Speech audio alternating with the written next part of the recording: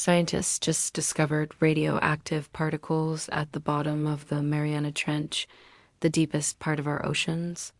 And it turns out they may have been dropped there intentionally during the Cold War. The particles are plutonium 239 and neptunium 237. They are incredibly dangerous, and their discovery has raised some serious concerns about what we should do about nuclear waste. But to understand how these deadly particles got where they were found, we need to go back to the start of the Cold War. The Cold War was not a war in the traditional sense. There wasn't open warfare between the US and the USSR. Instead, the two superpowers built up their weapons and influence in preparation for a possible future war, which never came. What we might lack in contextually appropriate music, we make up for in over-the-top villains and a healthy dose of nuclear annihilation. One of the most frightening aspects of this period was the sheer number of nuclear tests performed by both sides. Between 1945 and 1992, 2,100 nuclear bombs exploded across the world. Most of these were atmospheric tests, meaning that they were detonated in the air or on the surface of the Earth. This would release large amounts of radioactive particles into the atmosphere and eventually into the oceans. Plutonium-239 is one of the most toxic and longest-lasting radioactive elements known to man. It's a highly efficient heat source, but only when it's fresh. As it ages, the ratio of its half-life to its heat output decreases, making it less useful for things like nuclear reactors. However, this material is still highly sought after for use in nuclear weapons. Back in the 1950s and 60s, the US military wanted to see if they could make an underwater nuclear explosion and then weaponize the resulting energy. It turns out the answer is yes, but maybe not in the way they expected. A series of tests called Operation Plowshare aimed to achieve just that. On July 1954, the military conducted the first ever underwater nuclear test. It involved a 3-kiloton device lowered 27 meters below the surface of the Pacific. The explosion was bigger than expected and kicked up a massive amount of debris. However, it did release a significant amount of radioactive fallout into the water column. At the time, the US government didn't know how much, if any, of the radiation had made it down to the ocean floor. It would be decades before anyone even considered looking for out. Fast forward to 2022 when researchers with the Nippon Foundation and GEBCO got together to explore the Mariana Trench. They used a remotely operated vehicle called a submarine to collect samples from the bottom of the ocean at a depth of nearly 11 kilometers.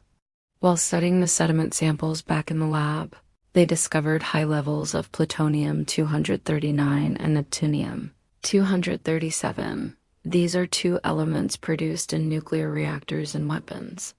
To date, they are the first ever found at the bottom of the Mariana Trench. Given that they were found in such high quantities, scientists became curious about how they got there. It turns out that both of these elements are created when uranium-235 undergoes nuclear fission, the process that powers many nuclear reactors and weapons.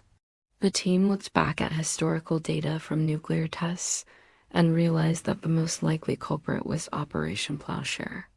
When the bomb detonated in 1954, it released a massive amount of radioactive debris into the water column. Some of this settled at the bottom of the ocean, and the rest was carried along by deep ocean currents until it reached the Mariana Trench.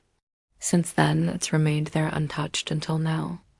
In total, the researchers found around 1,300 atoms per square meter of plutonium-239. That doesn't sound like a lot, but it's actually enough to kill someone. If you were to smear that amount of plutonium on your skin, you would almost certainly die from radiation poisoning. It's also enough to raise concerns about the safety of eating seafood harvested from these waters. So far, scientists don't think there's anything to worry about. Seafood from this area tends to be imported live and fresh.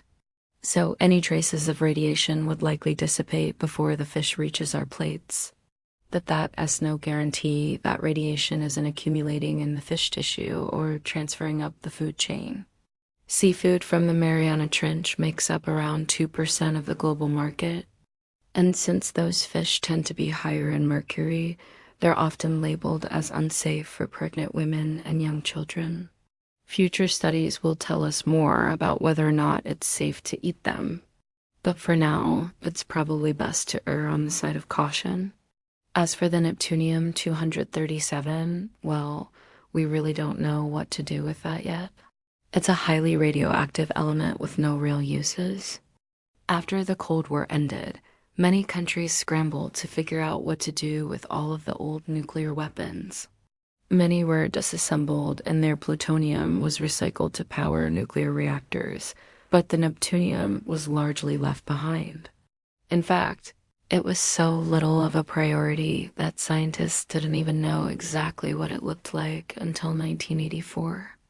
With no practical applications and no clear way to dispose of it, neptunium remains a highly classified material. Even the total amount in existence is unknown. But given that it's highly radioactive and no one wants it, it's likely safe to assume that it stayed right where it was originally left. Operation Plowshare was intended to help develop new technology, but it unintentionally led to the creation of radioactive waste that will remain dangerous for thousands of years. How we deal with it says a lot about our values and priorities. It may seem tempting to ignore the issue, but the truth is that nuclear waste can have a devastating impact on human health and the environment. We need to work together to find safe and effective ways to deal with it. Otherwise, who knows what other dangerous materials we'll find at the bottom of the ocean. What surprised you the most about this story? Let me know in the comments below. And while you're down there, make sure you're subscribed so you don't miss any of our future videos. Every week, we bring you the most exciting and important news from the world of science. Don't forget to turn on your notification bell so that you get alerted every time a new video goes up. Thanks for watching. See you next time.